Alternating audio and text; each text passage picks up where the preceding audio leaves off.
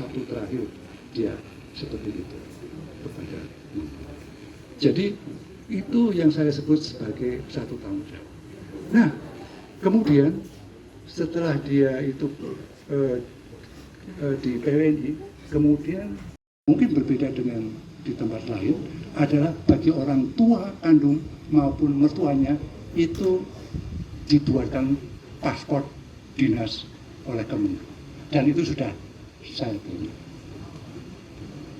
Jadi di situ orang tua kandung itu mendapatkan privilege itu untuk kemudian seperti dulu yang pertama ya, akan saya tunjukkan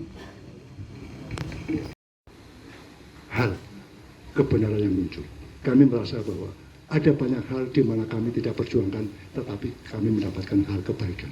Sekarang sedang kami diuji bahwa ada sesuatu yang kami merasa tidak melakukan hal yang buruk, tetapi kemudian ada hal buruk yang terjadi pada keluarga kami.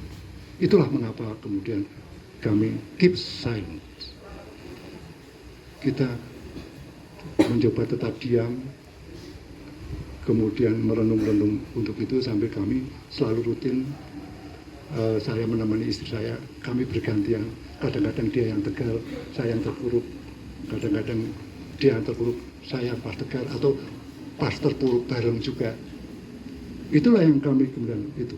Jadi Althea, kami Althea, Papa tidak mem-PHP kamu. Dia menceritakan apa yang akan dilakukan di sana. Tapi ini kehendak yang lain yang kemudian harapan-harapan itu menjadi hilang. Itulah yang kemudian membuat kami betul-betul menangis, goncang, apapun namanya, di mana kami terpuruk di situ. Bagaimana kami harus bisa menghibur cucu kami, sementara kami juga merasa sesuatu yang hilang di situ. Jadi karena semua ada pada keadaan shock.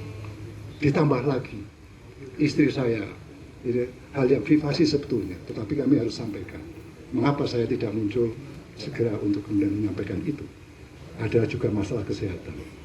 Jadi ibunya Daru, Titi Sularti,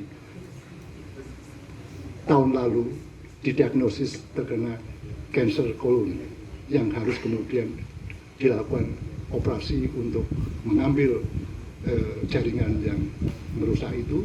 Kemudian istri saya harus menggunakan colostomy bag, Bapak mengetahui itu, di mana harus dipasang di situ, yang seharusnya itu kemudian selesai pada bulan ini, tetapi kemudian dengan jelas apa penyebab dari meninggalnya almarhum, sehingga kami katakan ini merupakan satu misteri.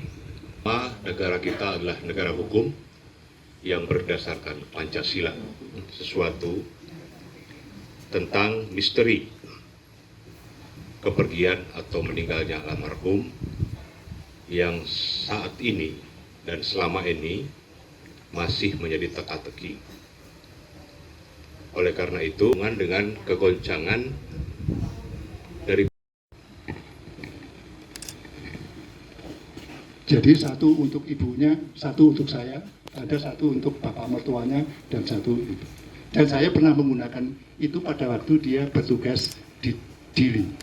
Tapi kalau saya tidak ke Argentina karena terlalu jauh dan mahal. Dan pada waktu ada wabah COVID, sehingga kami tidak bisa menengok ke sana. Tapi ini sebetulnya sudah dirancang bahwa nanti Mam akan segera sembuh, maka kita bisa ke Finland, dan itu perjalanan tidak terlalu jauh dari Singapura, itu 1 malam, subuh pagi sudah sampai ke Helsinki misalnya, jadi tidak terlalu melelahkan. Peroleh dari salah satunya ada pendidikan di sana, di mana tata cara kehidupan yang baik itu diajarkan. Manners, mereka mengatakan, sopan santun. Bagaimana kalau Anda berjalan membuka pintu, di belakangnya ada orang, apa yang harus Anda lakukan? Misalnya. kalau ada sesuatu bukan punya Anda mau memegang atau mengambil apa yang harus dilakukan. Mereka itu ajarkan dan Daru kemudian menerapkan itu. Ada values di situ.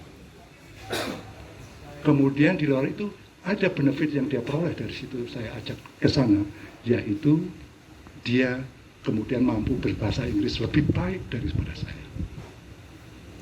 Karena anak-anak dia berkembang di situ, dan disitulah kemudian kami pulang, yang kemudian kami kembali ke Jogja, dan Daru memulai kehidupan baru di Jogja yang harus beradaptasi dari berbahasa Inggris menjadi berbahasa Indonesia dengan sistem pendidikan yang sangat berbeda. Pada waktu itu, Bapak Ibu akan ingat, masih pada zaman Pak Harto, di mana setiap busana daerah Indonesia. Dia tahun lalu itu ada di Thailand karena ada reuni dengan dulu mantan-mantan delegasi ASEAN dari berbagai negara itu yang berkumpul di situ. Masing-masing rata-rata berhasil dalam karirnya bertemu di situ. Jadi dia menunjukkan rasa kebanggaan dan kebahagiaannya untuk itu. Itu yang saya sampaikan adalah betapa Daru itu adalah seorang yang mandiri, yang dia tidak harus dengan tepuk tangan, tapi dia tetap berkarya untuk kehidupan. Dan dia, yang kedua, dia itu seorang yang sangat bertanggung jawab atas pilihan-pilihannya. Jadi dia akan selalu konsekuen dengan pilihannya. Kami semua kaget pada waktu itu. Dia baru berumur, kalau dia lahir 86, berdua dengan istri saya, dan Daru adalah anak tunggal kami.